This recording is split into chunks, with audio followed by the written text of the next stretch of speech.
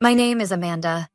I'm 47 years old, and until last month, I was the senior systems architect at Braverton Analytics, a data firm headquartered just outside Chicago. For 18 years, I was the invisible engine behind their most valuable asset.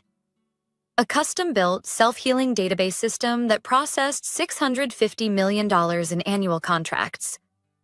Logistics firms, federal procurement agencies, medical data companies, they all relied on it. On me. I wrote every line of the foundational code. I designed the entire security framework. I handled every major upgrade. When the system needed patching at 2 a.m., I didn't send someone. I logged in myself. So when my boss, Darren Price, summoned me to his office one rainy Thursday morning, I didn't expect to be ambushed. "Come in, Amanda," he said, smiling too much. That smile, polite, shallow, practiced. Something in my gut tightened. His son, Jordan, was already seated across from him. 23, maybe 24, with a sleek fade, designer hoodie, and that permanently smirking look Gen Z influencers have mastered. He was scrolling something on his Apple Watch. I sat.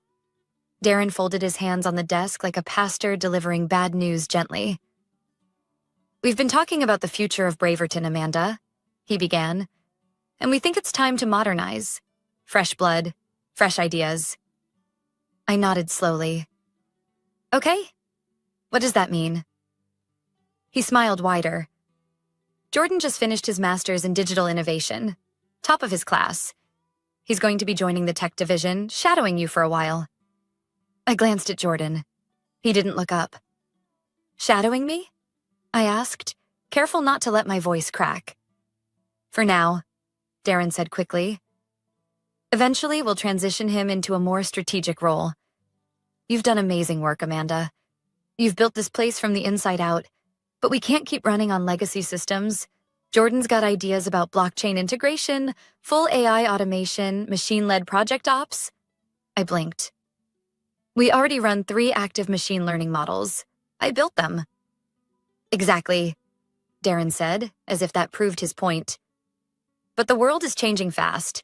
You know how it is. Your methods are great, but they're, let's say, seasoned. Jordan represents the future."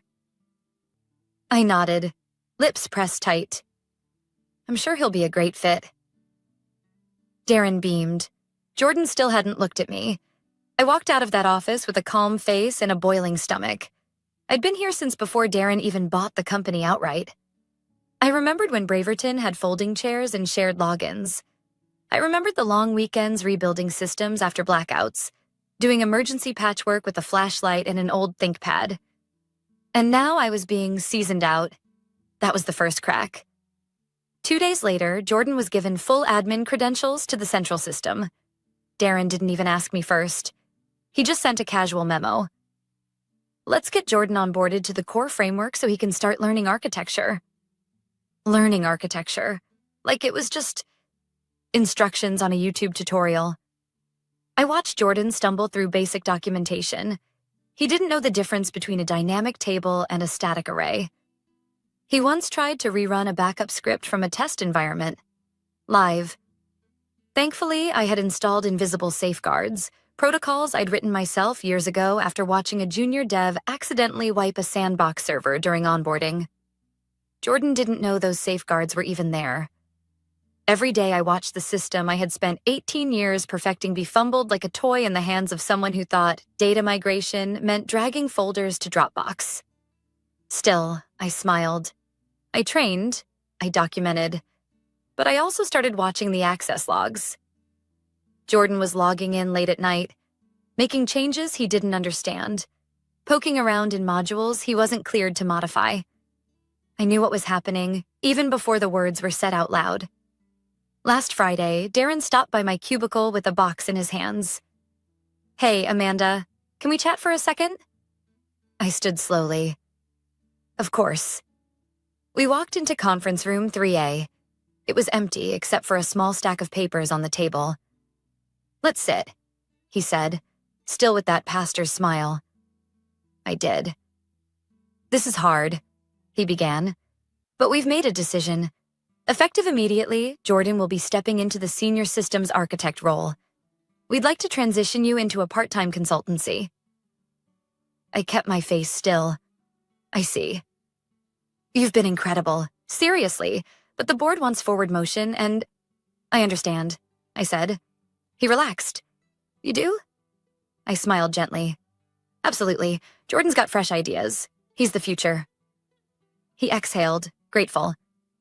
Thank you, Amanda. I stood, took the papers, shook his hand. Then I walked back to my desk, opened my laptop, and typed a single command. Not to destroy anything. Not yet. Just to awaken a system I'd quietly embedded into the architecture 5 years ago.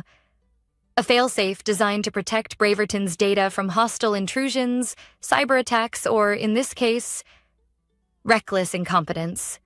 It started a countdown, but I could stop it at any time. They had 7 days, and they didn't even know the clock had started ticking. I didn't sleep that night. I lay in bed staring at the ceiling fan, listening to the faint hum of its rotation, thinking about every weekend I had ever given to Braverton Analytics, every birthday I'd missed, every time I skipped family dinners because a server was misfiring or a client API broke during a holiday sync. And now I was being replaced by a 23-year-old who didn't know how to ping a node without Googling it first. The failsafe I activated wasn't destructive by design. Not yet. It was defensive. Think of it like a sealed chamber with oxygen slowly draining. If you knew what you were doing, you could restore balance. But if you didn't, well, things would begin to collapse piece by piece. I checked the logs again that morning from my personal laptop. Access attempt 0314 AM. User, jpriceadmin, module/core/query/handlers. Status, blocked, insufficient clearance. He was trying to rewrite one of the query handlers that regulated client transaction summaries. He'd been warned in the documentation not to touch that section. It wasn't just code. It was logic. Logic that connected 143 subroutines, including billing triggers, compliance flags, and data reconciliation flows. Break it, and the whole house starts to tilt. But I didn't intervene. Let the system whisper its own warning first. At 9:41 AM, a Level 2 diagnostic alert was triggered. Nothing dramatic, just a subtle anomaly in the nightly reconciliation for a freight logistics client. The kind of error that wouldn't raise eyebrows to anyone who hadn't watched the platform for over a decade. But to me, it was the first domino. Later that morning, I walked into the kitchen to grab coffee. Jordan was there already, grinning at the new intern while tossing a stress ball in the air like he owned the place. Amanda, he said with a smirk. Hey, so I pushed some updates last night. Tried to clean up those handler functions. Make the code leaner. My pulse slowed. You mean the handlers in core/query? Yeah. He shrugged, sipping his oat milk latte. Honestly, looked like stuff from the Stone Age. No offense. None taken, I said, smiling. Did you remember to update the pointer references in the billing module? His face blanked. Pointer what? Never mind, I said, walking away. I'm sure you'll figure it out. Back at my desk, I saw the system had generated 2 new alerts. Minor delays in client report generation. A ripple effect. Subtle. Elegant. The failsafe wasn't just a panic button. It was an intelligence. It scanned user behaviors, tracked inconsistencies, monitored structural anomalies. If it identified sustained misuse or compromise, without my biometric override, it escalated. They had 6 days left. That afternoon, Darren called a company-wide meeting. A town hall, he called it, held in the second-floor atrium with its ridiculous neon Innovate Together sign buzzing overhead. He was proud, upbeat. This is an exciting time, he said into the mic. Amanda has done brilliant work for us, and now Jordan will build on that legacy and push us into the future. Jordan took the mic, full of TED Talk energy. We're exploring decentralized architecture, cloud-native solutions, and smarter automation. Legacy is great, but innovation is about letting go.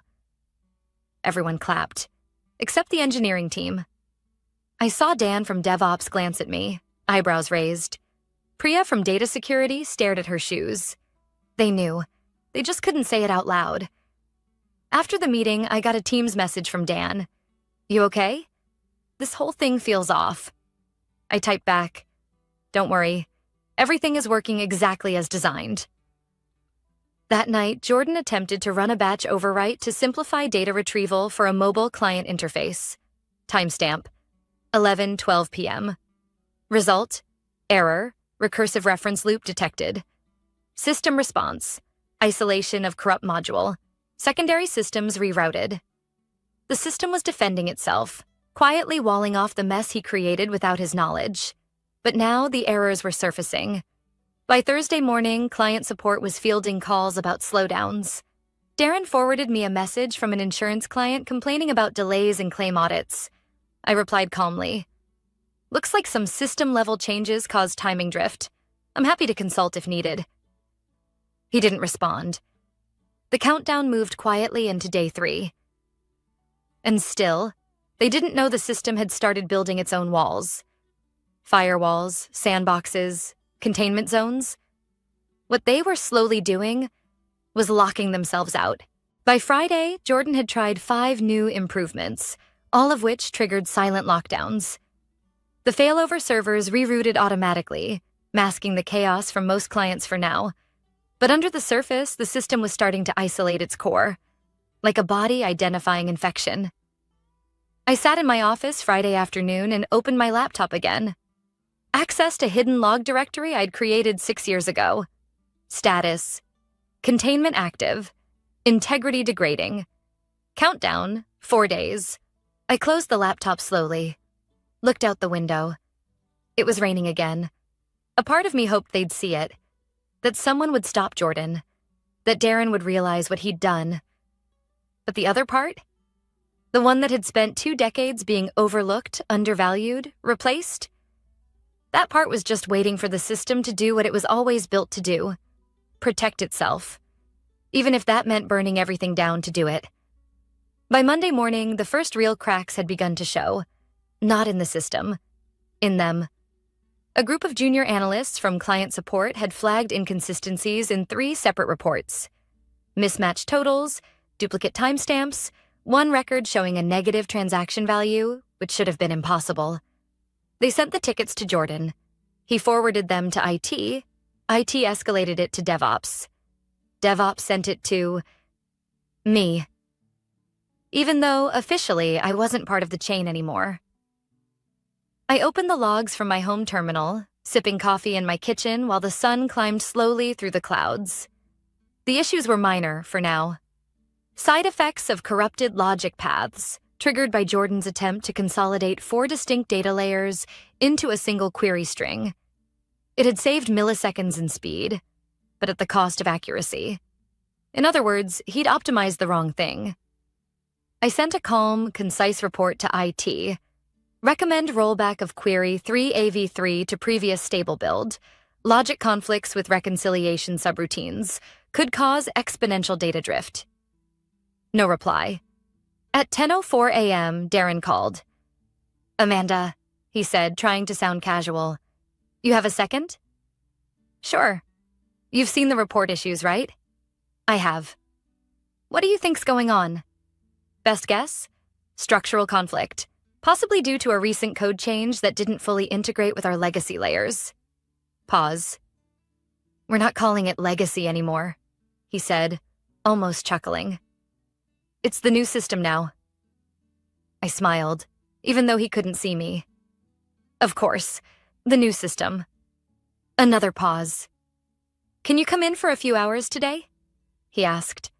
"Just take a look under the hood?" I hesitated. Not because I couldn't, but because I wanted him to sit with the reality a little longer, to feel the weight of what he'd chosen. But I said yes.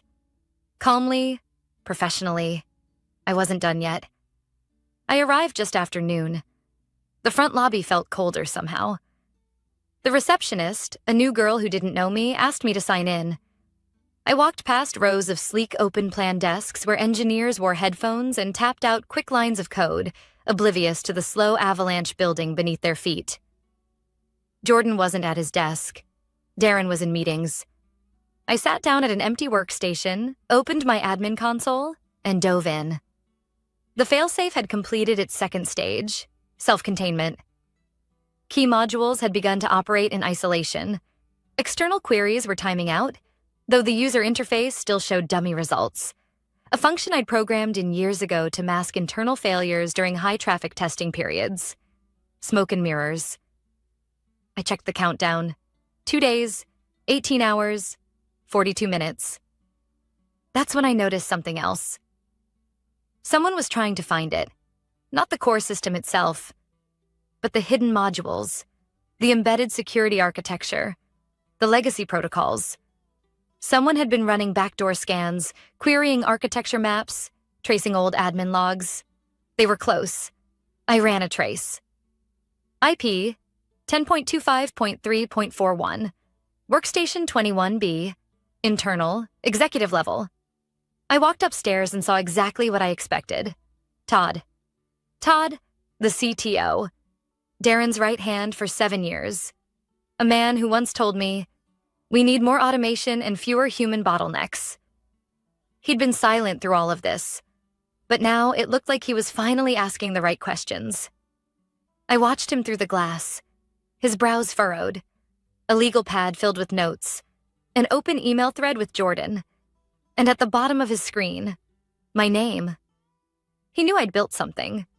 He just didn't know what. At 4:30, Jordan returned from whatever meeting he'd been in and walked straight to my desk. "How's it going?" he asked, leaning on the divider like we were friends. "Fine," I said. I isolated the drift. "You might want to double-check the way your handlers interact with our transactional filter layers." He nodded, pretending to understand. "Hey, I was thinking," he added, "we should probably just migrate everything to AWS. The cloud handles this stuff better, right?" I blinked. "You want to move the entire system to the cloud?" "You realize we handle sensitive federal and medical contracts? That would require a 12-month compliance audit and $12 million in infrastructure changes." He shrugged. "Yeah, but it's, more scalable." I said nothing. Just nodded slowly and returned to my screen. That evening, as I drove home, I passed the coffee shop where I'd written the very first lines of code for this system. Back when Braverton was just an idea on a napkin. Before the contracts. Before the money. Before the betrayal. And for the first time, I let myself feel it. The heartbreak. They hadn't just replaced me. They'd discarded me. All those years, all that loyalty, wiped away by a younger resume and a cheaper salary. They thought I was old code, but I was the foundation. And without me, nothing stood for long. That night, I checked the logs again. Attempted override detected. User, Todd Brennan. Status, blocked. Failsafe escalation, imminent. I leaned back in my chair. They had no idea. The final stage was about to begin. By Tuesday morning, they were officially panicking. The reports were wrong. Not broken. Worse. Convincing but flawed. Totals balanced, data looked polished, graphs generated correctly. But the numbers? They were fiction. A logistics client flagged a discrepancy in their freight billing data. Their reported payload didn't match the invoices. That triggered an internal audit. Then another client, a defense contractor, called about missing transaction logs. And by 10 a.m., I got a message. From Todd. "Amanda, we need to talk. Urgent." I didn't reply right away. Instead, I watched the log activity. He had been probing the system overnight again, trying to trace control permissions, hunting for a way to manually reset modules. But he was too late. The final stage of the failsafe had already begun. System status, Phase 3. Transition block. Data access. Partial containment override attempt. Logged, denied time remaining. 1 day, 6 hours, 17 minutes. I took my time driving in. Stopped for coffee. It was overcast, that heavy Midwest gray that makes buildings feel like tombstones. When I arrived at Braverton, the lobby was louder than usual. People talking in hushed tones, Managers walking briskly, techs on headsets. Something had shifted. The elevator ride to the 6th floor was silent. The hallway, lined with framed awards and plaques about innovation and integrity, felt almost ironic now. Todd met me at the door to the server room. "Amanda," he said. He looked pale. "We're having issues." I raised an eyebrow. "So I've heard." He opened the door, gestured me inside. Monitors lined the walls, most of them showing status screens filled with red. A massive wall map of client locations flickered with error pings. "We're losing control of the system," Todd admitted. I didn't speak, just waited. He continued, "We've tried rolling back the latest changes. No effect. The backups aren't syncing. Mirror servers are showing corruption flags. It's like it's defending itself." He didn't say it out loud, but I could tell he was starting to understand. "I found references," he added, "to something called LPR7? I nodded slowly. "Legacy Protocol Redundancy, version 7. "You wrote that?" I did. In 2016, during the ransomware surge. It was designed to prevent unauthorized structural changes under elevated threat conditions. "Is that what's happening now?" I looked at him carefully. "From the system's perspective?" "Yes. Someone's trying to take over without proper credentials, without sufficient understanding of the architecture." Todd exhaled. "Okay, so we disable it." "You can't." "What do you mean?" "It's biometric triggered. The system recognizes one authorized override signature. Mine." Todd's jaw flexed. "So you can stop it." I nodded. "Yes, I could." He didn't ask why I hadn't. He already knew. At that moment, the server room door opened. Jordan stormed in. "Are you seriously wasting time talking to her?" he barked. "We should be wiping everything and starting over." Todd didn't answer. He just looked at me. Jordan turned to me directly. "This is sabotage. You did this." I kept my voice even. "You did this.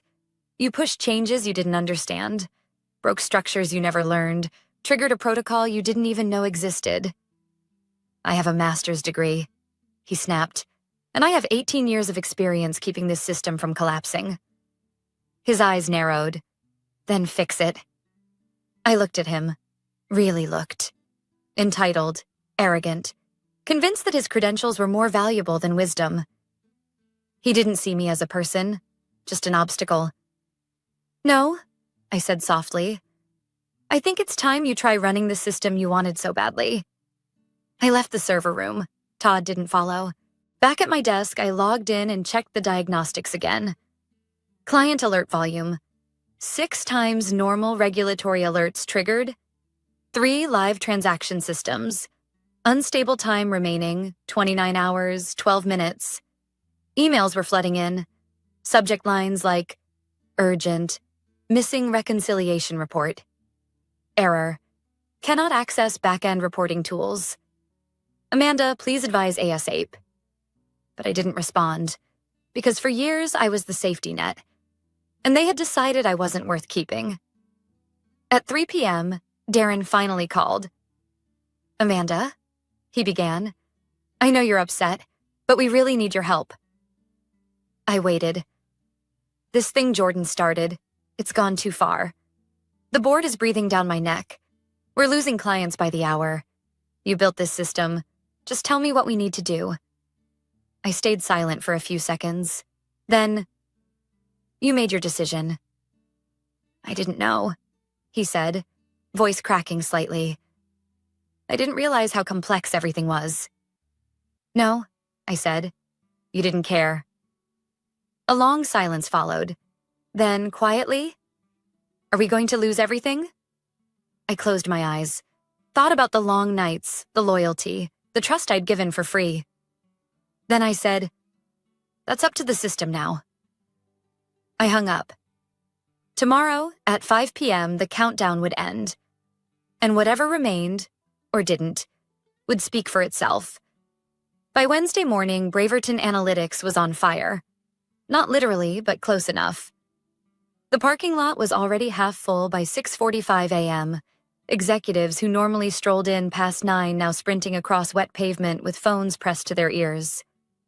The building had the air of a sinking ship, full of people trying to find dry land before the final plunge. I sat in my car across the street, engine off, watching it unfold like an old film. The same building I'd entered every day for 18 years. The same front desk I'd once repaired after the badge system glitched. The same corner window where I watched storms roll in over the lake. Now, the system inside that building was eating itself alive. At 7:12 a.m., my phone buzzed. A message from Priya in data compliance. Amanda, do you know what's happening? All regulatory reporting files are corrupt. Jordan says it's a bug, but this doesn't feel like a bug. I didn't respond. Not yet. Instead, I opened my laptop. System status, Phase 4. Defensive lockdown active access attempts, past 6 hours. 317 admin override attempts, 19 all block time. Remaining 9 hours, 48 minutes, Jordan had been trying everything. Command line overrides, system restore tools, a botched attempt at reverse engineering the biometric handshake protocol. The logs told a clear story. Desperation without understanding. He had removed my name from the admin access list. What he didn't realize was that the failsafe didn't rely on user credentials. It recognized my fingerprint. The one scanned every morning for years on that server room panel. That scan was my silent bond with the system. My presence had always been the signal that everything was safe. Now that signal was gone. And the system was preparing for its final act.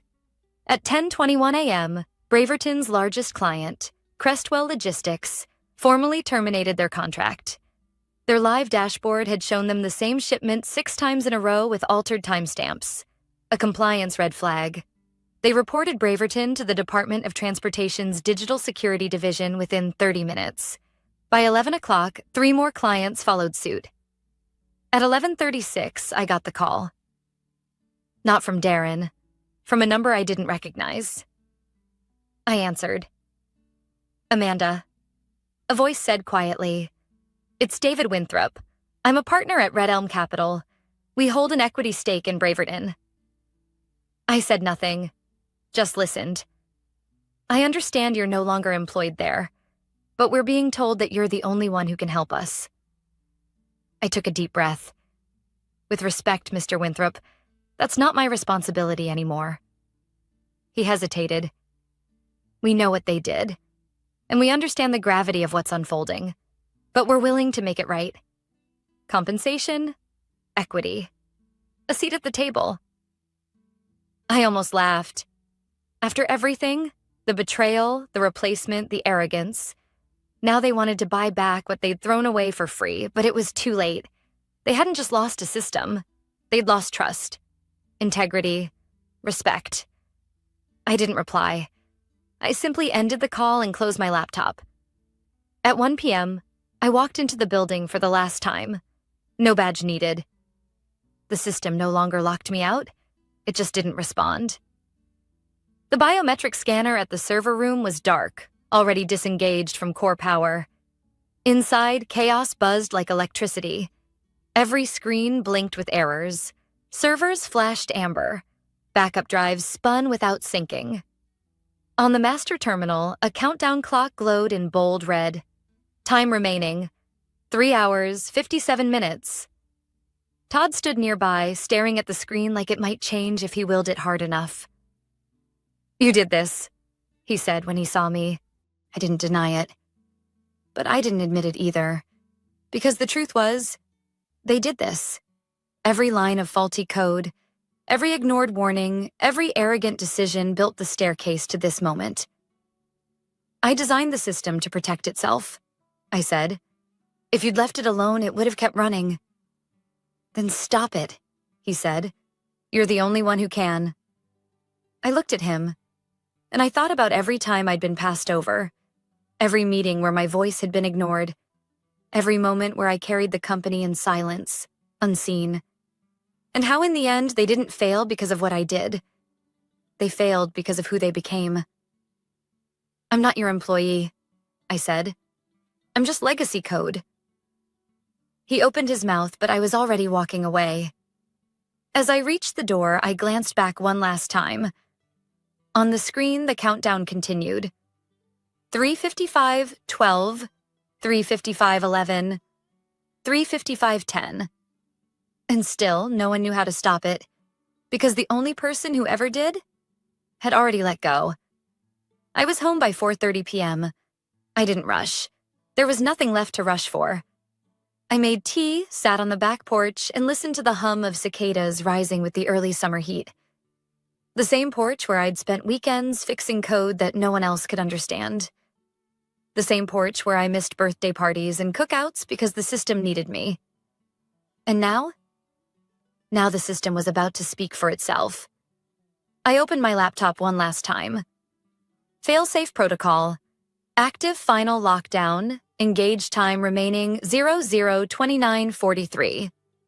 At Braverton, I imagined the scene. Executives scrambling, IT teams shouting across conference tables, interns tasked with printing emergency reports that wouldn't generate. Somewhere Jordan would be pacing, trying to make calls that went to voicemail. Darren would be sweating through his shirt, whispering promises to investors over shaky Zoom calls. And Todd? He would be staring at a command prompt, hoping the blinking cursor would give him a miracle. But there would be none. Because the system wasn't crashing. It was protecting itself. The final stage wasn't dramatic. There were no explosions, no corrupted graphics, just a sequence of surgical actions executed by a protocol I'd written during a stormy weekend in 2016 after a government agency warned us about zero-day vulnerabilities. It was called Total Data Integrity Protocol. The rule was simple. If authentication fails and control is compromised beyond repair, initiate a zero retention purge. In human terms, wipe everything. Why? Because some data is too sensitive, too valuable to be left in the hands of the wrong people. If you can't protect it, you don't deserve it. At 5 p.m., the system checked for biometric confirmation. There was none. At 5:00:30, it began to purge. 3 backup servers simultaneously triggered failover loops that led to decoy modules, empty shells designed to mask the deletion in progress. Encryption keys self-erased. Storage paths were overwritten. Even cloud-based mirrors, long thought inaccessible, received the command through a time-locked function embedded 6 layers deep in the architecture. By 5:02, it was done. The platform was silent. Not broken. Gone. All $650 million worth of client data. Transaction records, internal processes, system blueprints, user logs, historical archives, every bit of it, dust in the wind. At 5:17 p.m., my phone rang. Darren. I let it buzz 3 times before I picked up. Amanda, he said. His voice was hoarse. We lost everything. I didn't say anything. Every client file is corrupted. The backups are dead. Even the cold storage offsite is unreadable. I sipped my tea. I know this was you, he added. I don't know how, but I know. I finally spoke. You don't need to know how. You just need to understand why. He was quiet. You replaced experience with entitlement, I continued. You traded trust for trendiness. And now you've learned what happens when you build a skyscraper on unstable ground. You've destroyed the company, he said bitterly. No, I replied. You did that the day you decided I was disposable. Silence again. Then, what do you want? That part actually made me laugh. Nothing, I said. I already have what I want. I ended the call. By Thursday morning, the headlines were everywhere. Braverton Analytics suffers unprecedented data failure. $650 million collapse linked to internal system catastrophe. Federal regulators investigate total data loss at tech firm. Their top clients. Gone. Lawsuits pending. Investors fleeing. The board? Silent. That same afternoon, a private cybersecurity firm released an anonymous analysis suggesting the failure was not due to external attack, but likely the result of internal system protection protocols triggered by mismanagement and unauthorized access. Nobody said my name, but people in the industry, they knew. I wasn't a ghost anymore. The following week, I got a message on LinkedIn from a recruiter at Vallon Ridge Capital, a firm I'd once dreamed of working for when I was 29, back when I still thought talent was enough. They didn't ask for a resume. They asked for a start date. I started at Vallon Ridge 1 month later. Triple salary, full relocation, remote flexibility. At onboarding, the CTO shook my hand and said, "We don't want a fresh face. We want someone who's been through fire and came out holding the blueprint." I smiled. Because I had. On my last day at Braverton, nobody said goodbye. But I didn't need a send-off. The system had already delivered the message for me. And somewhere, deep in an empty server rack in a shuttered office in Chicago, a tiny green light still blinked. Not with error, with closure.